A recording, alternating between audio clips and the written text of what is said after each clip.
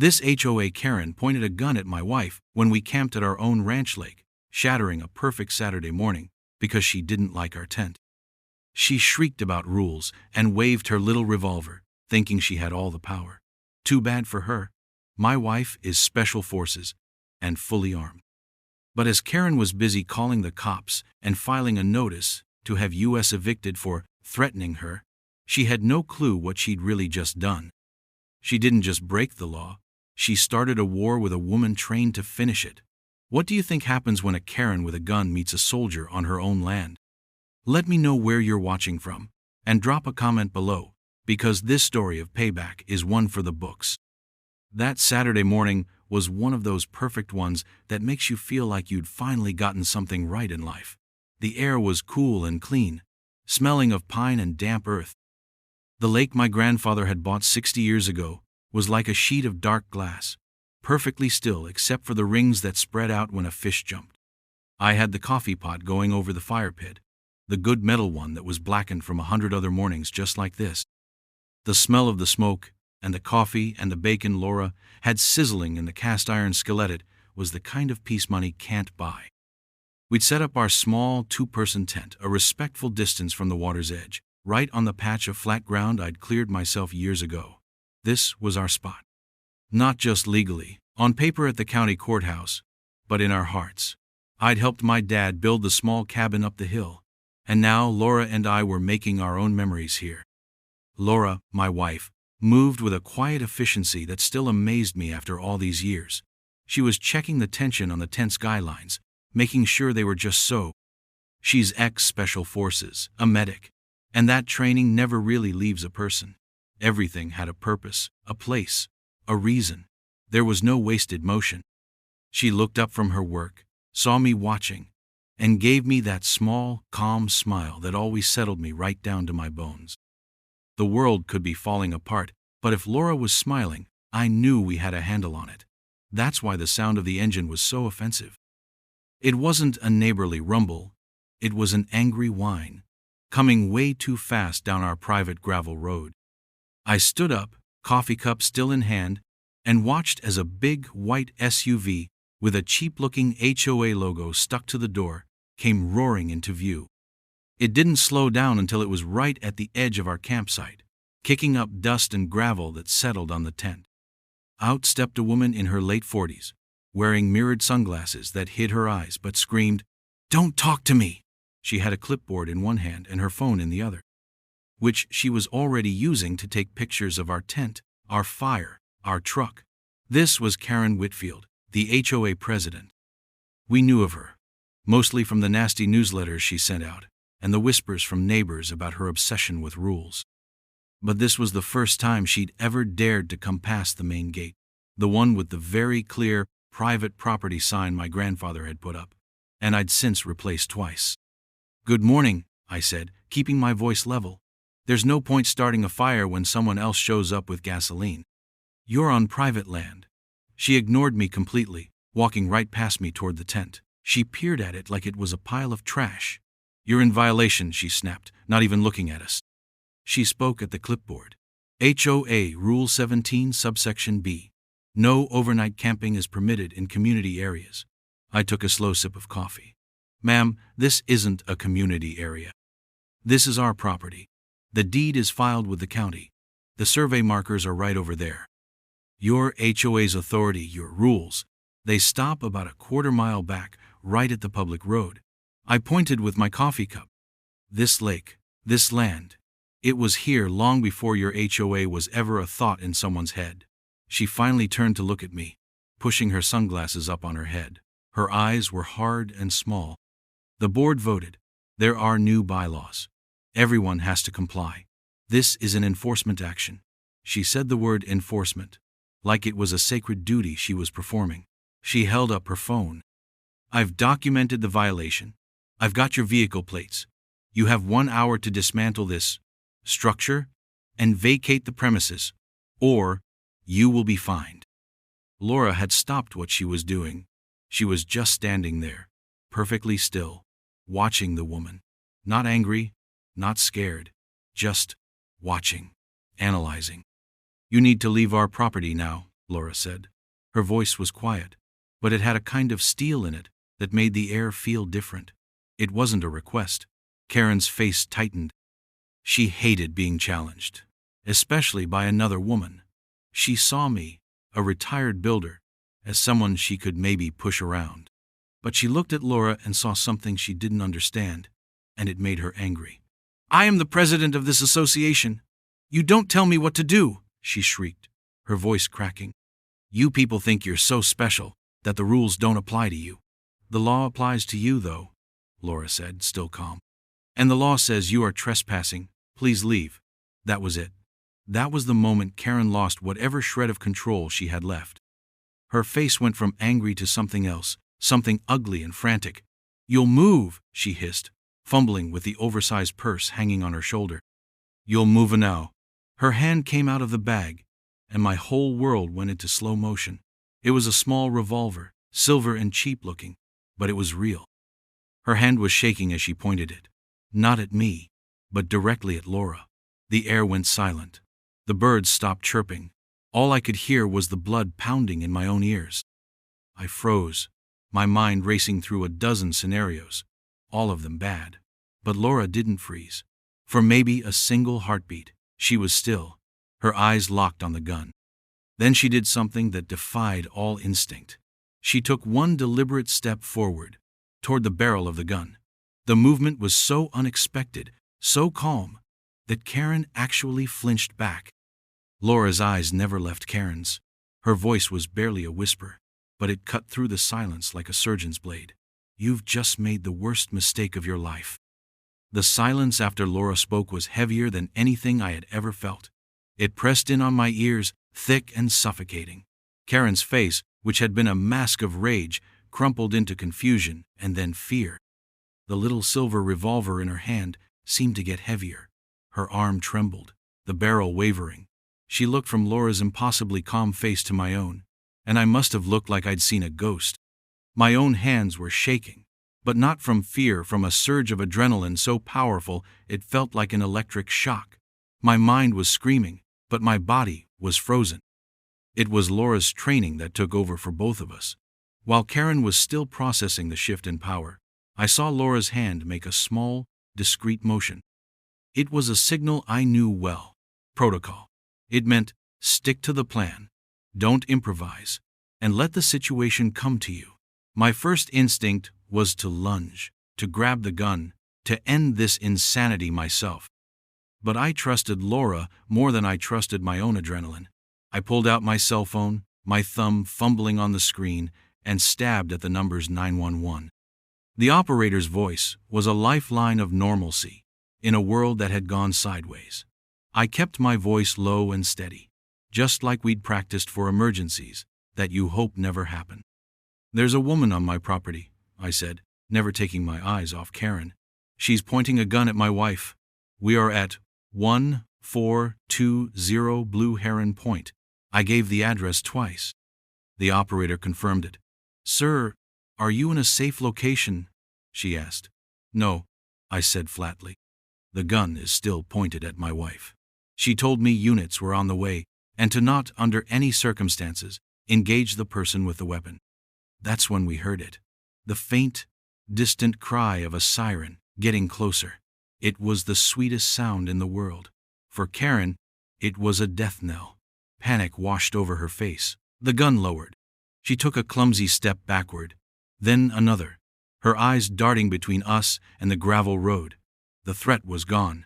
While I was on the phone, Laura had created more space between herself and Karen.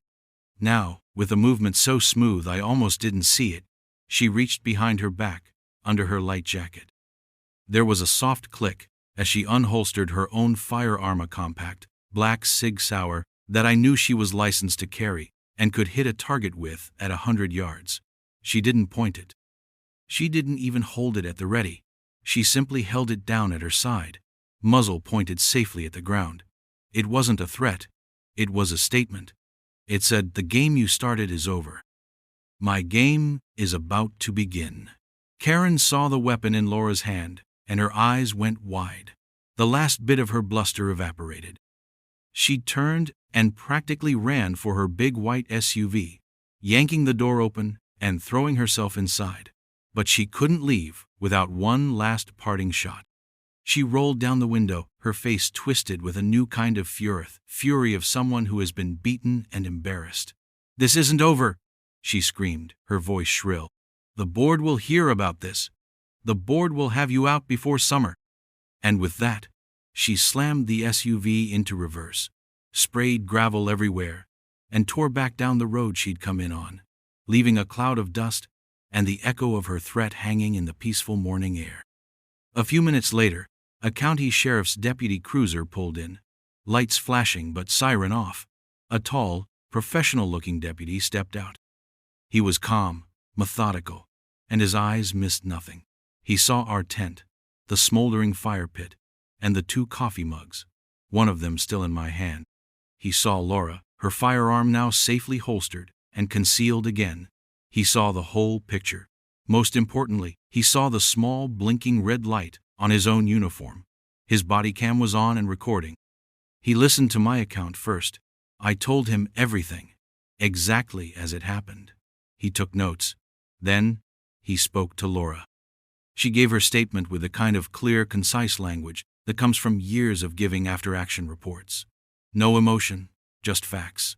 The deputy was professional and fair. He gave us an incident number and assured us a report would be filed. When he left, a sense of relief washed over me. It was on record. The body cam footage would show the truth. We had won.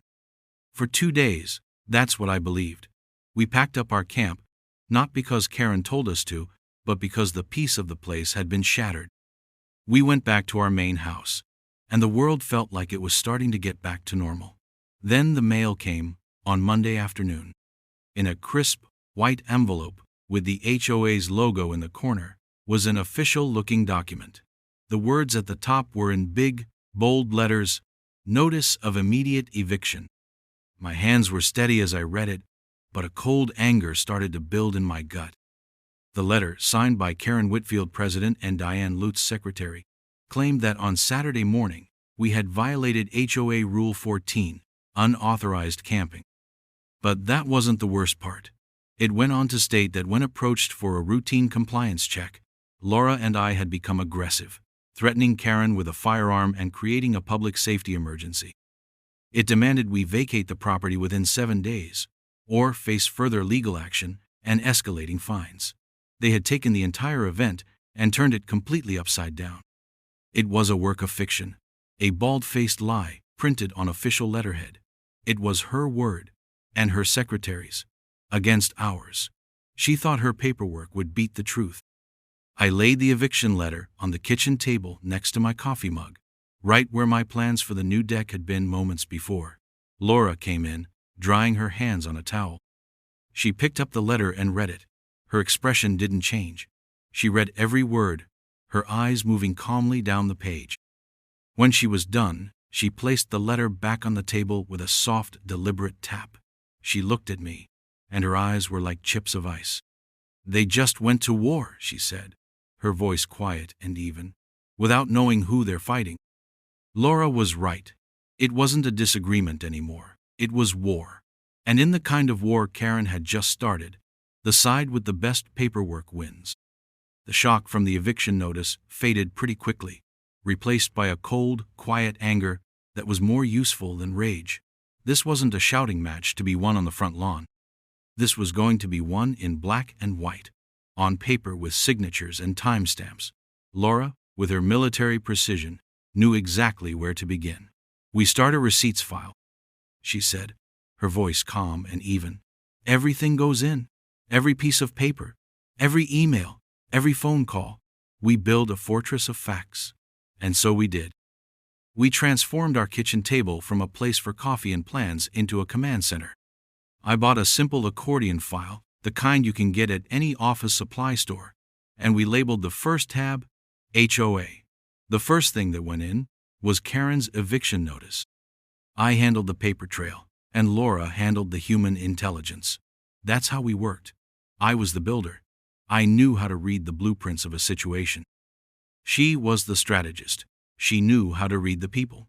My first call was to the non-emergency line at the sheriff's office. I asked for the log from our 911 call. A very helpful clerk emailed it to me within the hour. It was a simple text printout, but it was official. It showed the exact time of my call, Saturday, 9:14 a.m. It noted the reason for the call. RP reporting party states female subject is on his private property, pointing a firearm at his wife. It was the first brick in our wall of proof. I printed it out and slid it into the file. Next, I went to the county courthouse website. It took me less than 10 minutes to find what I was looking for. Most people don't realize how much of this information is public record. I pulled up the official county plat map for our entire area.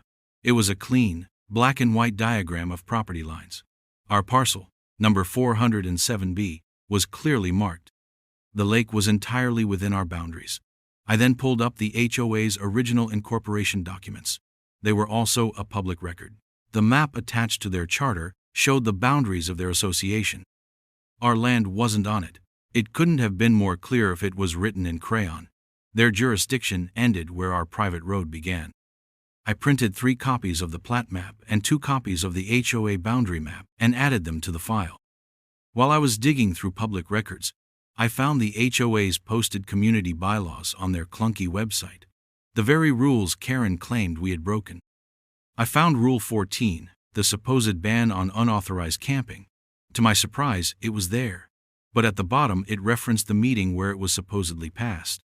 The minutes for that meeting were available as a PDF link. I clicked it.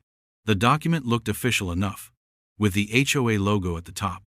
It stated that on February 11th of that year, the board had met and voted unanimously to add camping restrictions to the bylaws due to safety and liability concerns. My blood ran cold. This was her proof, but something felt off. As a builder, I've signed and dated more documents than I can count. Dates matter. I opened up the file folder containing my own property deeds and tax records. I found the document from when the county last rezoned the surrounding area, officially creating the subdivision that the HOA governed. The date on that official county document was May 18th, Karen's meeting, where they'd supposedly voted to ban camping on land they didn't even oversee yet, was dated February 11th, a full 3 months before the HOA's legal boundaries were even established to include the new subdivisions. She hadn't just bent the rules, she had invented them and backdated them. It was forgery, plain and simple. I slid the forged minutes and the official county zoning record into a clear plastic sleeve. This was more than a brick in the wall. This was a cannon. While I was collecting paper, Laura was quietly collecting intelligence. She didn't gossip, she just talked. She ran into our neighbor, Ed Ramirez, an old farmer who had lived on the lake his whole life, down at the feed store. She calmly mentioned the incident with Karen, and Ed just nodded slowly, his face grim. "That woman," he'd said, shaking his head. "She's got a temper. Seen her wave that little pistol around before at some kids who were fishing too close to her dock. Nobody did anything. Nobody had proof." Another neighbor, a woman who served on the HOA board with Karen years ago, admitted to Laura over the fence that Karen was famous for adjusting meeting minutes to reflect what she wanted to have happened, not what actually did. "We all just got tired of fighting her," the neighbor had said. "It was easier to let her have her way." Laura didn't press them. She just listened, thanked them, and made detailed notes of the conversations, dating each one. Then, on Wednesday afternoon, we got our mini victory. An email arrived from the deputy who had responded to our call. The subject line was simple: Incident Report. Attached was a PDF copy of his official report, on Sheriff's Department letterhead and digitally signed. I opened it with a feeling of dread and hope. The narrative was clear, professional, and damning. It confirmed our address was private property. It confirmed Karen Whitfield was the one who brandished a firearm first, causing us to call 911 in fear for our safety. It confirmed Laura had only unholstered her own legal licensed firearm after the initial threat was over. The truth, officially recorded and signed by law enforcement. It was beautiful. We printed it out and placed it right at the front of our receipts file. I leaned back in my chair, feeling a sense of triumph. We had her. Her lies, her forgeries, her threats, it was all documented. They had their eviction notice, and we had our fortress of facts. I actually allowed myself a small smile. Just then, my computer pinged with a new email notification. It was from the HOA's official email address, the one they used for newsletters and invoices. The subject line read, "Urgent. Board fine ledger attached for account 407 B." My stomach dropped. I clicked it open. There was no friendly message, just a single attachment. It was an Excel spreadsheet converted to a PDF. It was a ledger of fines applied to our property. Line by line, it listed the charges. Rule 14. Violation. Unauthorized camping structure. 500. Non-compliance with board enforcement action. 1. 0. Public safety emergency surcharge. 2. 500. It went on and on. There were fines for things that made no sense, like unauthorized fire pit usage and failure to maintain community visual standards. Each fine came with a daily interest penalty, compounded. I scrolled down past the dizzying list of violations, my eyes searching for the bottom line, and there it was, in a big, bold, underlined font. Total amount due, $18,450.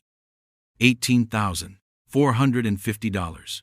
They had manufactured a debt out of thin air, a crushing, impossible number designed to break us. I stared at the screen, the number burning into my brain. The little victory I'd felt moments before was gone, replaced by the cold, heavy realization that Karen wasn't just trying to bully us off our land. She was trying to bury us under a mountain of paper and debt so high we'd never see the sun again. Staring at that 18,450 number on the screen felt like getting punched in the gut. It was monopoly money, a fake debt pulled out of thin air, but it was designed to feel real. It was designed to scare a normal person into giving up. Karen was betting we were normal people. She was wrong. Laura looked over my shoulder at the ridiculous invoice. She didn't gasp. She didn't curse. A quiet little smile touched the corner of her mouth. "Good," she said. "She's overplaying her hand. She's getting sloppy." That was Laura. While I was seeing a mountain of debt, she was seeing a strategic mistake. She tapped the screen. "This isn't a bill. It's an act of desperation. Now we escalate, but we do it our way." Our way meant bringing in the experts. Laura knew a guy named Mike Hanlon from a veterans breakfast she went to once a month. Mike was a retired county code inspector, a man who had spent 30 years of his life looking at property lines, easements, and building permits. He spoke the language of legal boundaries, and he had zero patience for bullies. I called him, explained the situation, and he said he'd be over the next morning. "Sounds like you got a classic jurisdictional overreach," he'd said over the phone, and I could practically hear him shaking his head. Mike showed up the next day in a sensible Ford pickup, carrying a weathered leather binder. He was a man in his 60s, with a no-nonsense haircut and eyes that had seen every trick in the book. We didn't need to tell him much. He'd seen this show before. We walked him down to the boundary line where our private road met the main access road, the exact spot where the HOA's power was supposed to end. Laura had her phone out, recording. Mike pulled out our county plat map and the HOA's own boundary map from his binder. He laid them on the hood of his truck. "Okay, look here," he said, pointing a thick finger at the map. He was talking to us, but also to Laura's phone camera. "This solid line right here is the recorded edge of the public easement granted to the association when the subdivision was platted. That's a legal boundary recorded with the county. Your property, lot 407B, starts right here, 20 feet back from this line. Everything on this side," he swept his hand toward our land, "and the lake is yours. The HOA has exactly zero authority past this line. They can't enforce rules here, they can't levy fines here, they can't set foot here without your permission. It's as simple as that. For them to claim otherwise isn't just wrong, it's fraudulent." He explained it all in plain, simple terms.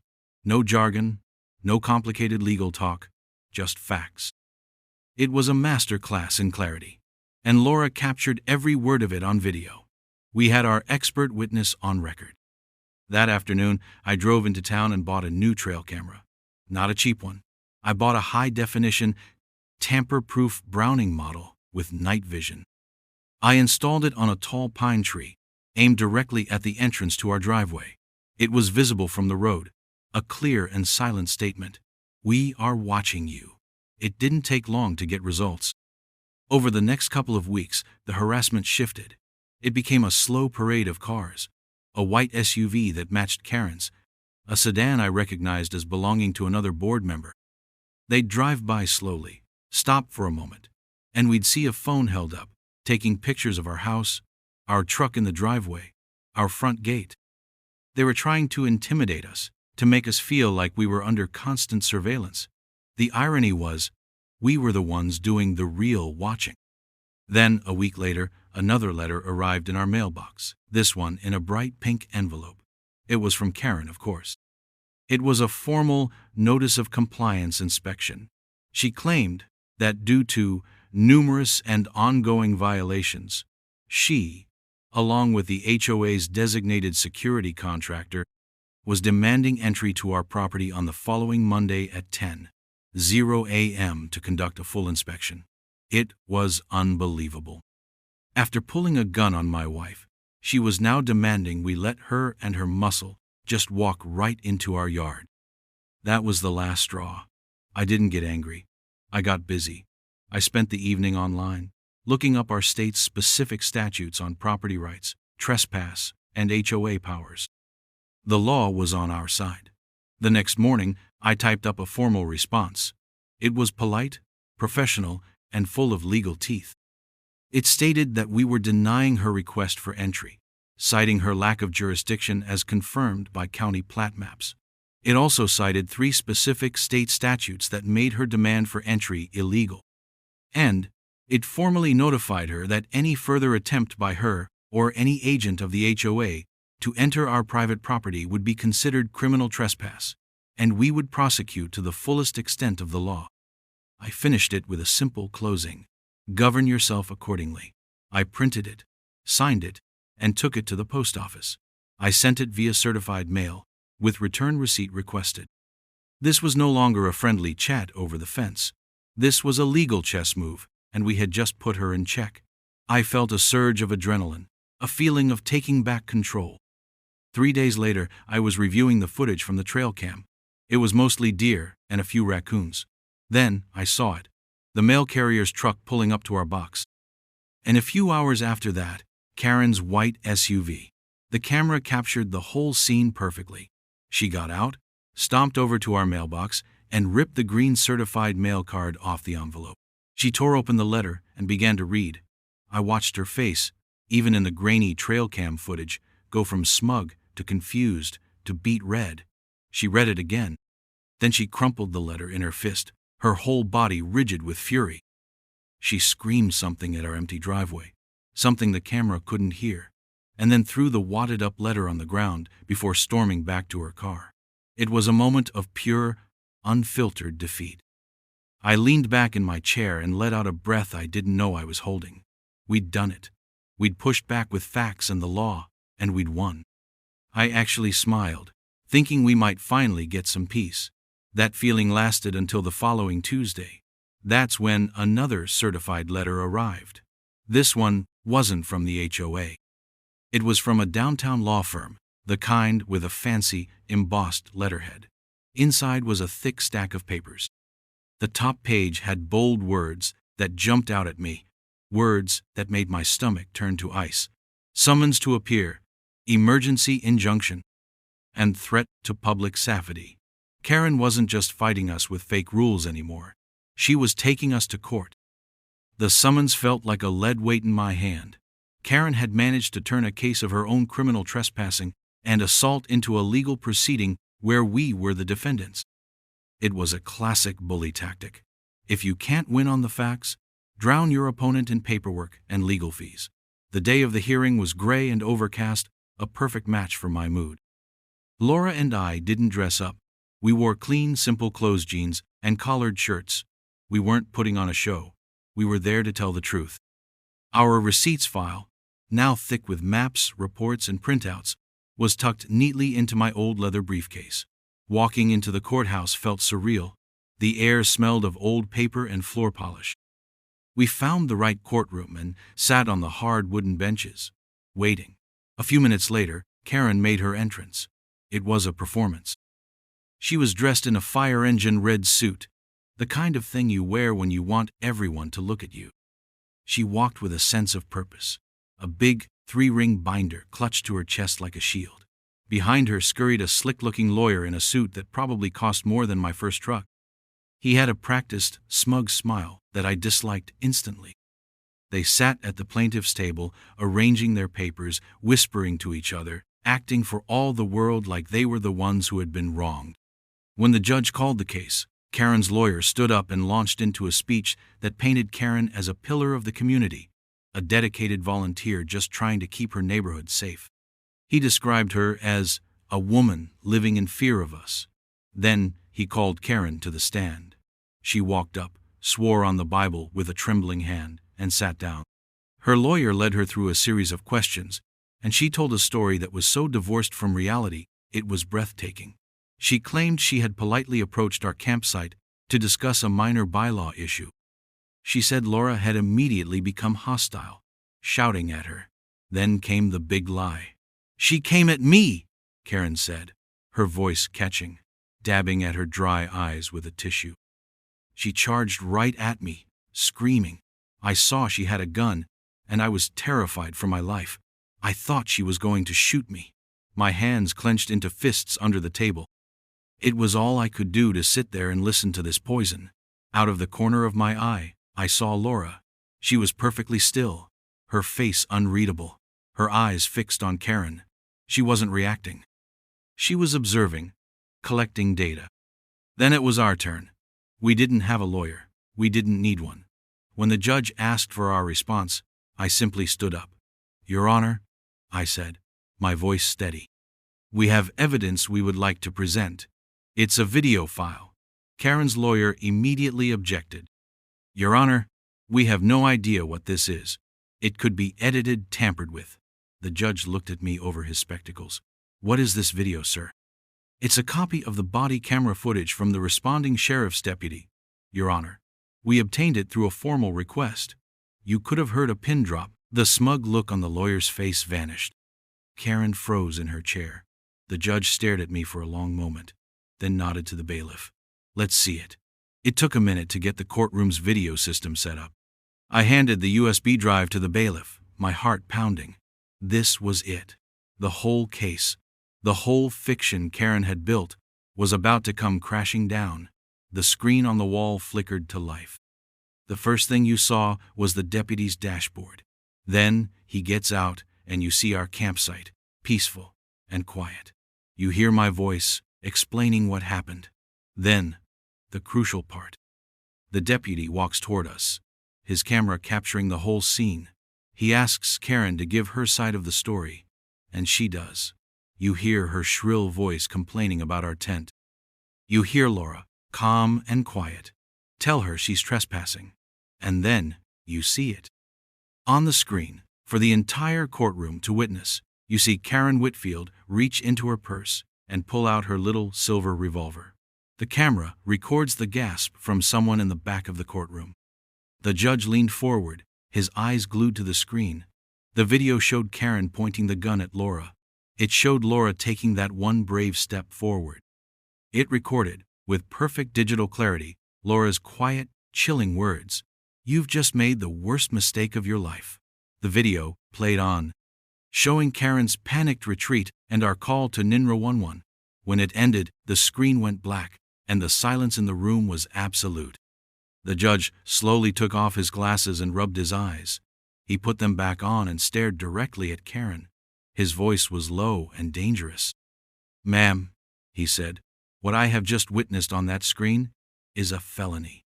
What you just described from that witness stand is perjury." He turned to her lawyer. "The request for an emergency injunction is denied with extreme prejudice. This court will not be used as a tool for personal vendettas. And Miss Whitfield," he said, his voice dropping even lower, I strongly advise you to stop harassing these people. Any further action of this kind brought before my court will be met with sanctions against you and your client." Karen's face was chalk white. The bright red suit now made her look like a clown. The mask was gone. Everyone saw her for what she was. It was a total victory. We had won. The law had worked. The truth had won.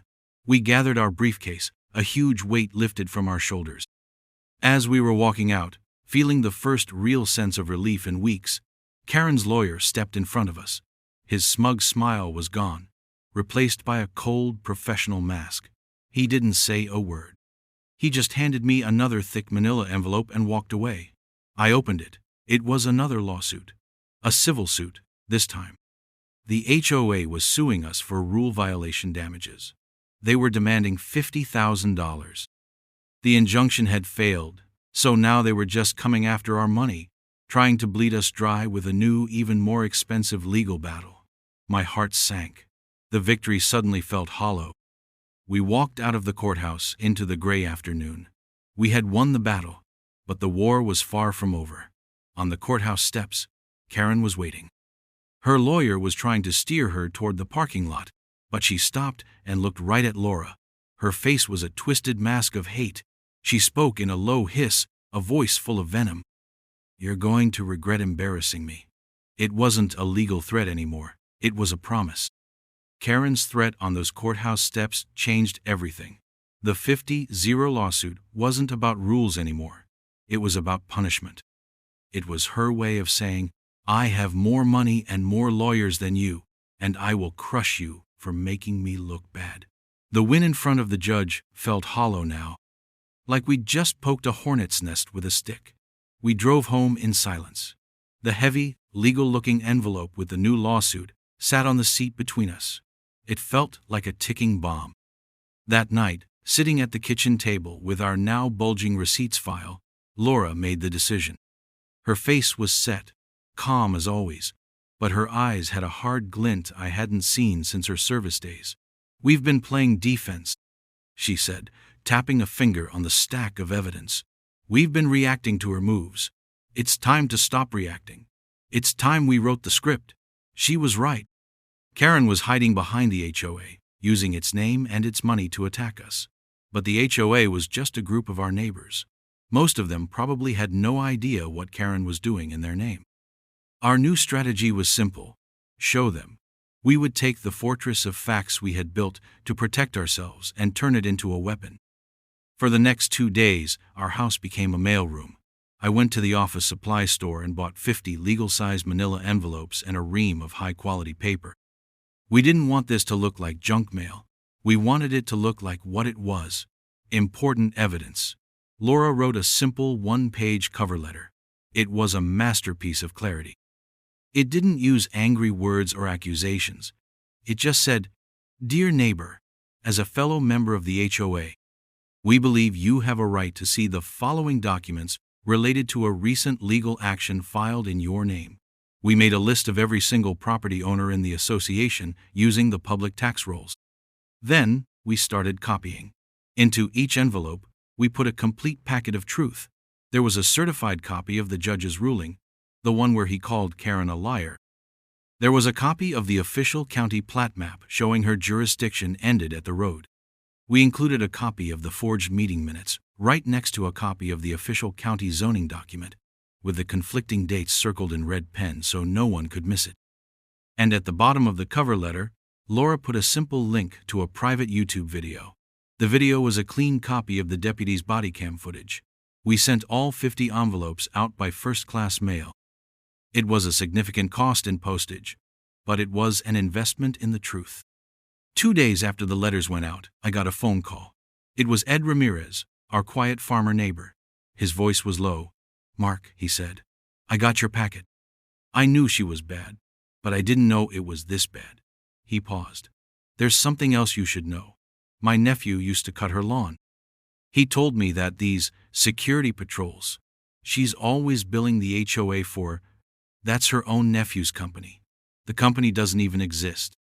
He said she just prints up invoices on her computer and pays her nephew Tom cash out of the HOA checking account. She's been doing it for years. My blood ran cold. It wasn't just harassment and forgery anymore. It was embezzlement. She was stealing from her neighbors to fund her intimidation tactics.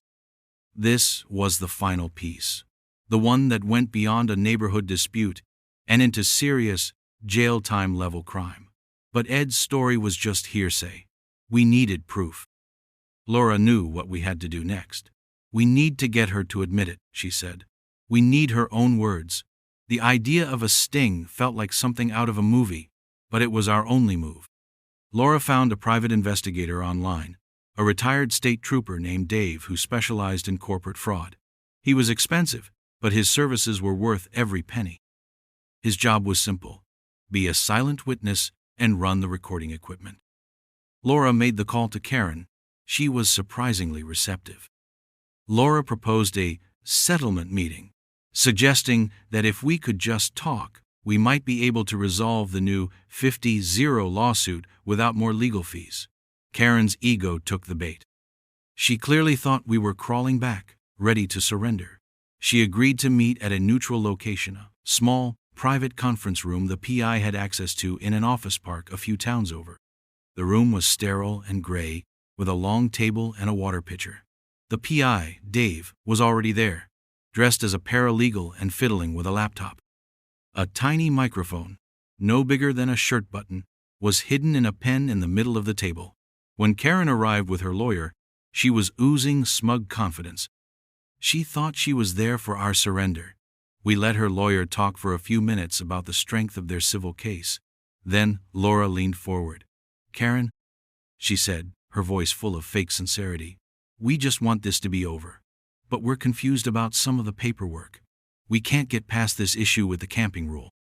The minutes you sent us are dated February, but the county says the HOA boundaries weren't even approved until May.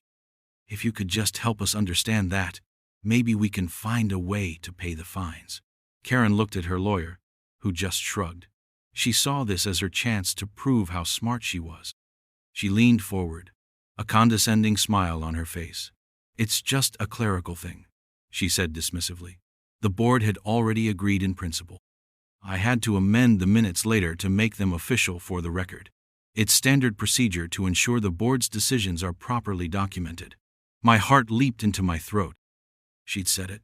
"Amend the minutes?" I asked, trying to keep my voice steady. "So you changed the date on them?" Karen rolled her eyes. "Of course. I'm the president. It's my job to maintain the records and make them accurate. They are accurate now." She sat back in her chair, pleased with herself. She had just confessed to falsifying a public record on a crystal-clear digital recording. That was all we needed. We politely ended the meeting, saying we needed to think about her offer. Back in our car, the PI handed Laura a small USB drive. "You got her," he said with a grin, clear as a bell. The war was about to end. The next morning, we didn't call a lawyer. We forwarded the evidence directly to the people who could do something about it. A digital copy of the audio file, along with the entire evidence packet we'd sent the neighbors, was emailed to the state's HOA regulatory board. A second identical email was sent to the official investigations department of the county sheriff's office.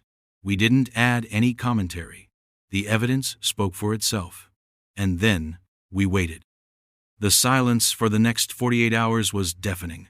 The ball was out of our court. On Friday evening, I was cleaning my tools in the garage. The door opened to the cool evening air. Then I saw them. 2 sheriff's department patrol cars, driving slowly down our road. They didn't turn into our driveway. They kept going, heading further down the lake road, toward Karen's house. I put down my wrench and walked to the end of my driveway, watching them. A minute later, Ed Ramirez's pickup truck came rattling down the road and pulled up next to me. He rolled down his window, his eyes wide. "They're at her house, Mark," he said, his voice a half-whisper. "They're at her front door." We stood there in silence. We couldn't hear much, just the quiet hum of the evening.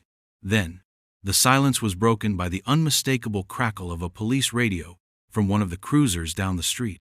A calm, professional voice cut through the air. "Dispatch. Be advised. We have one in custody. charges pending for felony embezzlement. The crackle of that police radio felt like the final word in a long, ugly argument. Ed Ramirez and I just stood there at the end of my driveway, watching the red and blue lights paint streaks on the evening sky. We didn't say much. We didn't have to. We had just witnessed the quiet, efficient machine of justice finally grind its way to the right conclusion. The chaos that followed was a different kind, a quiet, unwinding of Karen's tangled web. The news spread through the neighborhood like wildfire, not in loud shouts, but in a flurry of text messages and hushed phone calls.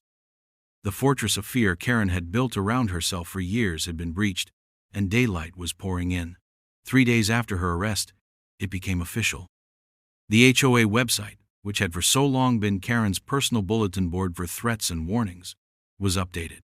The homepage, which usually featured a seasonal photo of a manicured lawn, was replaced with a single, stark document. It was a letter, typed on plain white paper, with no letterhead. It was Karen's resignation. It was short, barely 3 sentences long. It cited personal reasons for her immediate departure from the board of directors. There was no apology, no admission of guilt. But her signature at the bottom, a spidery, tense scrawl, was all the confession we needed. Seeing it there, posted for all our neighbors to see, was more satisfying than any courtroom victory. It was a public and undeniable surrender. The dominoes fell quickly after that. A week later, a reporter from the local paper called me. He was following up on the arrest and the public records from the courthouse. The county district attorney's office had formally announced the charges. Karen was facing 3 felony counts: assault with a deadly weapon, for pulling the gun on Laura, falsifying public records, for the forged meeting minutes she'd admitted to creating, and felony embezzlement, for paying her nephew's fake security company with HOA funds. The reporter read the charges off to me over the phone, and with each one, I felt another layer of the weight lift off my shoulders. These weren't just our accusations anymore. They were the official charges from the state. This was real. The fake fines, the bogus eviction notice, the $50,000 lawsuit, all of it just evaporated. Her lawyer filed a motion to dismiss their civil suit against us so fast it was like it never existed. The HOA itself, rudderless and in shock, called an emergency meeting. This time, we went. The meeting wasn't held in a stuffy conference room. It was in the local community hall. The turnout was huge. Nearly every homeowner was there, and the mood was a mixture of anger, relief, and embarrassment. People we'd only ever waved to from a distance came up to shake our hands. The woman who had previously been too afraid to speak out against Karen's forged minutes stood up and told the whole room what she knew. Ed Ramirez, in his quiet way, confirmed what he'd told us about the security patrols. The packets of evidence we had mailed out were in everyone's hands. A new board was elected that night. They weren't power-hungry or obsessed with control. They were just decent people, homeowners who wanted a quiet, safe neighborhood. A retired accountant, a school teacher, and Ed Ramirez himself. Their first official act was to vote, unanimously, to repeal the bogus camping ban and every other ridiculous rule Karen had invented over the years. Their second act was to address the harm that had been done. 2 weeks later, another envelope arrived. This one from the new HOA board. My first instinct was still to brace for bad news, but inside was a check. It wasn't just a refund for the imaginary $18,450 in fines. It was for that amount, plus another $6,500 for our legal expenses and damages. Attached was a simple handwritten note from Ed. It just said, "Mark, this is to make it right. Sorry it took us all so long to listen. We didn't need the money, but that's not what it was about." It was about accountability. It was about making things whole again. Cashing that check felt like closing a final chapter, the one where the bad guy doesn't just lose, they have to pay for the damage they caused.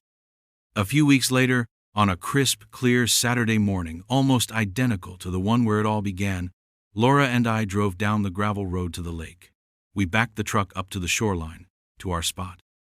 We set up the same small tent.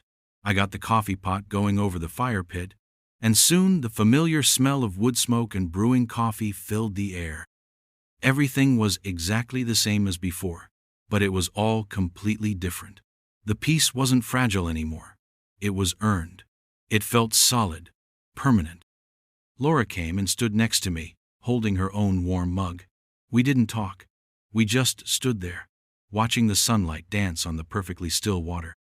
The only sound was the gentle lapping of the lake against the shore and the quiet, satisfying click of Laura's coffee mug as it touched against mine. We had stood our ground on our own land, and we had won. We had fought back not with threats or anger, but with facts, with patience, and with the simple, undeniable power of the truth. Some people think they can write their own rules, twisting reality to fit their will. They believe that if they say something loud enough and print it on important-looking paper, they can make it true. But you can't vote against gravity.